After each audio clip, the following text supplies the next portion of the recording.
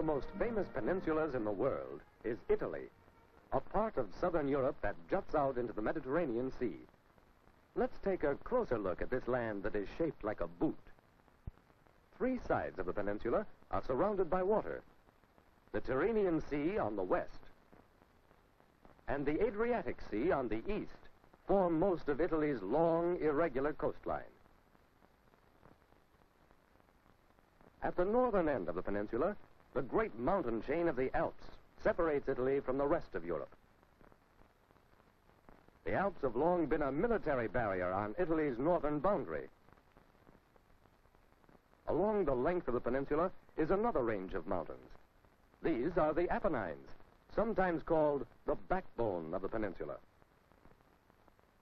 They extend about 700 miles through Italy and greatly affect the climate of the peninsula.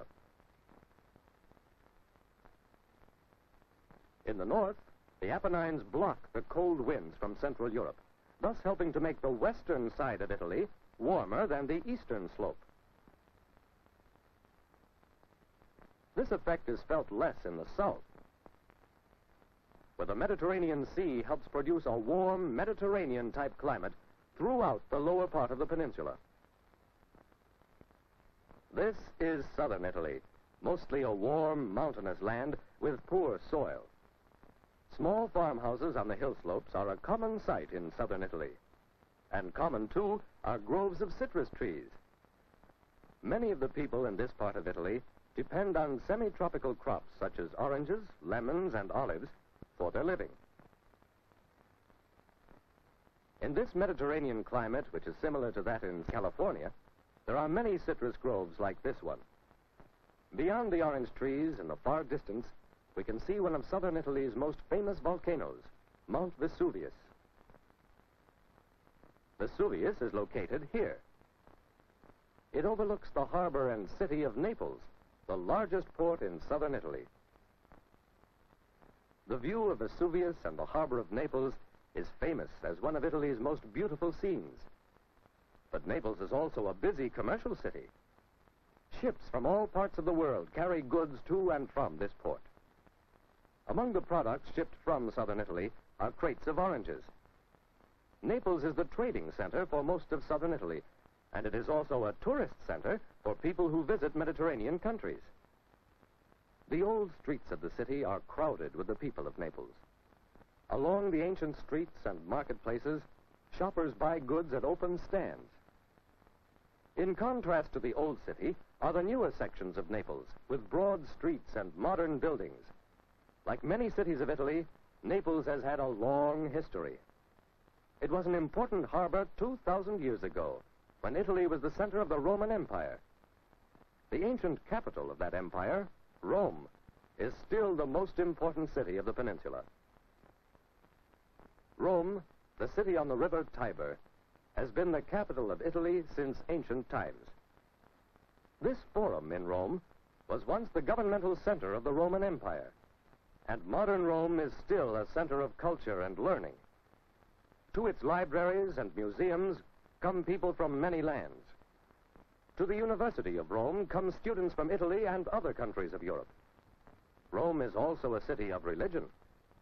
St. Peter's Cathedral in Vatican City is the world center of the Roman Catholic religion, the faith to which most of the Italian people belong. The citizens of Rome are not much different from the people we'd find in any large city in our own country.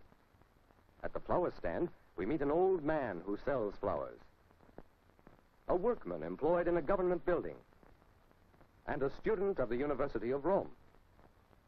And here are more students, high school students just getting out of class. Let's follow these young people on their way home. Near one of Rome's many historic buildings, they stop to buy roasted chestnuts to eat as a snack, just as we might eat peanuts or popcorn. They walk on through one of Rome's business streets and reach the famous tomb of Hadrian, one of the historic landmarks of Rome.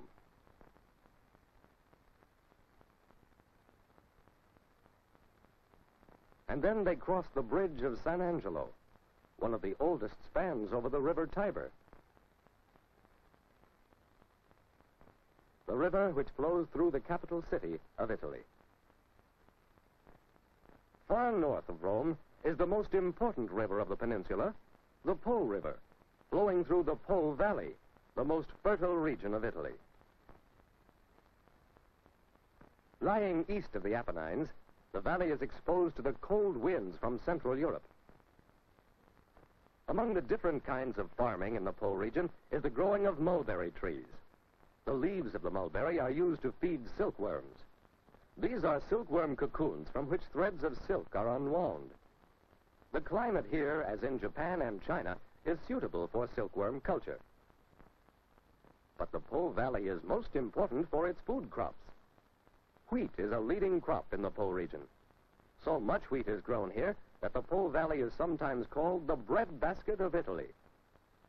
This Italian farmer is sowing his wheat crop by hand. Wheat thrives in this rich soil and temperate climate. Another food crop of the Po region is rice. It is grown in the valley lowlands where it is irrigated by a system of ditches and canals. Rice farmers of Italy are the leading producers of rice in Europe. The hot, humid summers are favorable for rice growing, and the necessary water comes from the Po River system. If we trace the water to its source, we'll follow the streams into the hills, then farther north into the mountain foothills, and finally to the mountain streams that flow from the Alps. Some of the alpine streams have been channeled through spillways in hydroelectric plants, where the energy of the falling water is converted into electrical energy. The development of hydroelectric energy is important in Italy because there is no coal here. Northern Italy is one of the most fully electrified regions in Europe. The combination of electric energy and good soil has helped the growth of cities. The largest industrial center here is Milan, a historic town which today is Italy's richest industrial city. More than 1 million people live in this growing manufacturing center. Let's meet a typical citizen of Milan. Here, on his way to work, is Mr. Gallo.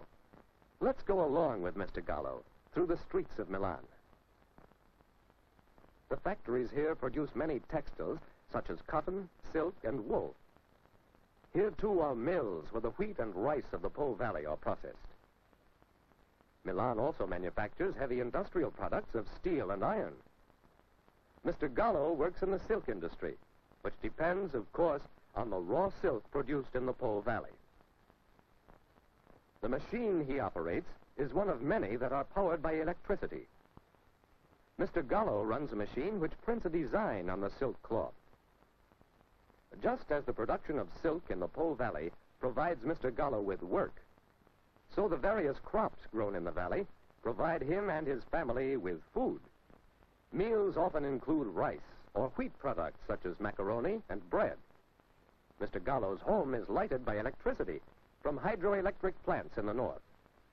And so the standard of living in this part of Italy has been raised by utilizing the Po Valley environment. As we do, this Italian family likes to listen to the evening news on the radio, news about other places in Europe. The Italian peninsula.